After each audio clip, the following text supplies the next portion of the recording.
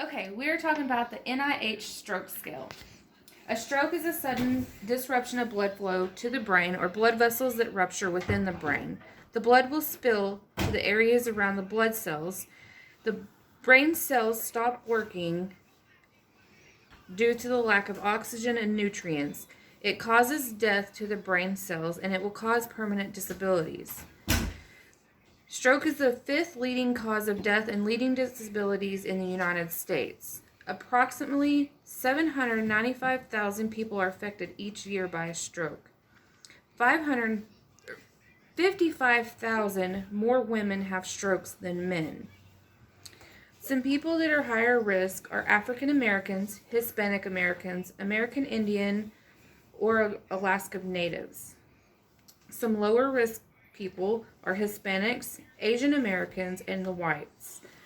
Lower educated people, lower socioeconomic status, and people that live in the southeastern U.S. are also at risk. Some myths and facts about stroke. A stroke cannot be prevented. Up to 80% of strokes are preventable. There is no treatment for stroke. You should call 911 immediately. Treatment may be available if you catch it in time. Stroke only affects elderly. That is not true. Stroke can happen to anyone at any time. Stroke happens in the heart. It can be a brain attack. Stroke recovery only happens for the first few months after a stroke. Stroke recovery is a lifelong process.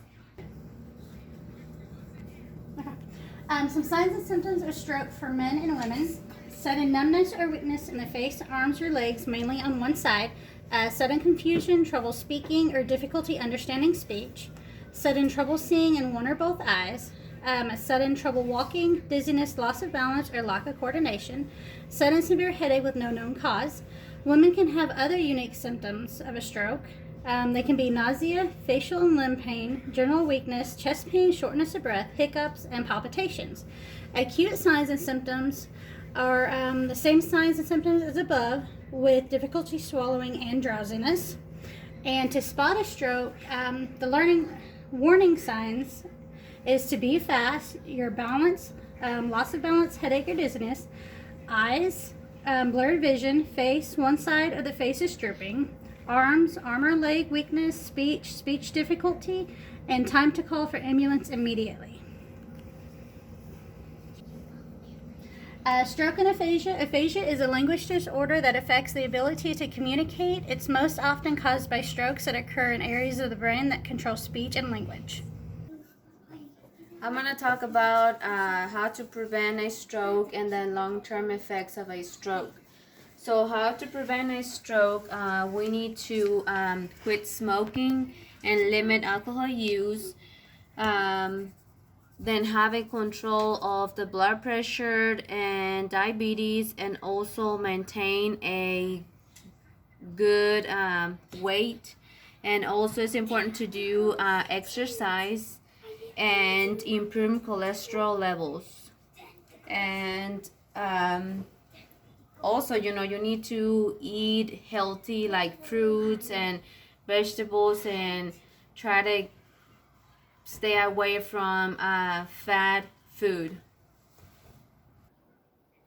So it's recommended to follow the DASH diet, which is known as the Mediterranean diet, and it helps it lowers the blood pressure, lowers cholesterol, controls blood sugar, improves heart health, improves brain health, and it helps with people that have hypertension, CBD, diabetes, and menopausal weight gain.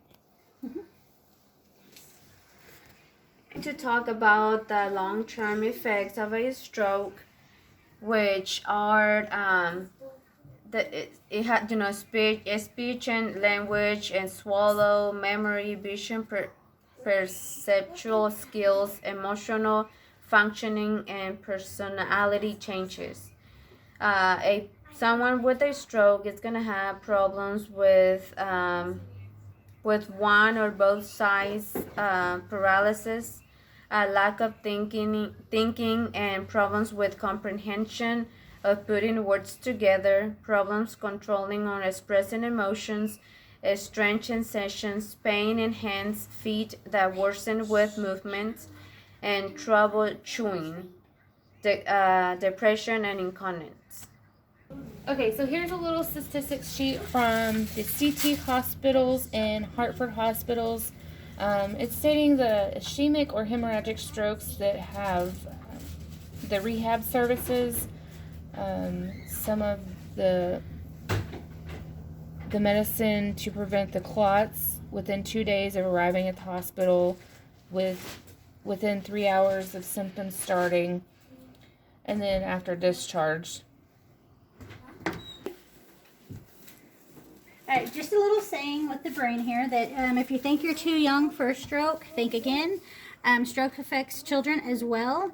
While the vast majority of strokes occur in the individuals age 65 or older, around 2/3 of strokes can occur in those much younger. In fact, stroke remains a top cause of death in children. Strokes can happen in children, young adults, and even infants in utero, which is why it's important to never rule out stroke exclusively because of age. Okay, so the stroke scale and the TPA and the medications and other preventions and measures will be talked about in a later video by Julie. Here is the way that they do the procedure to remove a clot. It's the endovascular treatment. They take a stent and go up with this little net thing, and then they capture the clot and then they pull it back out.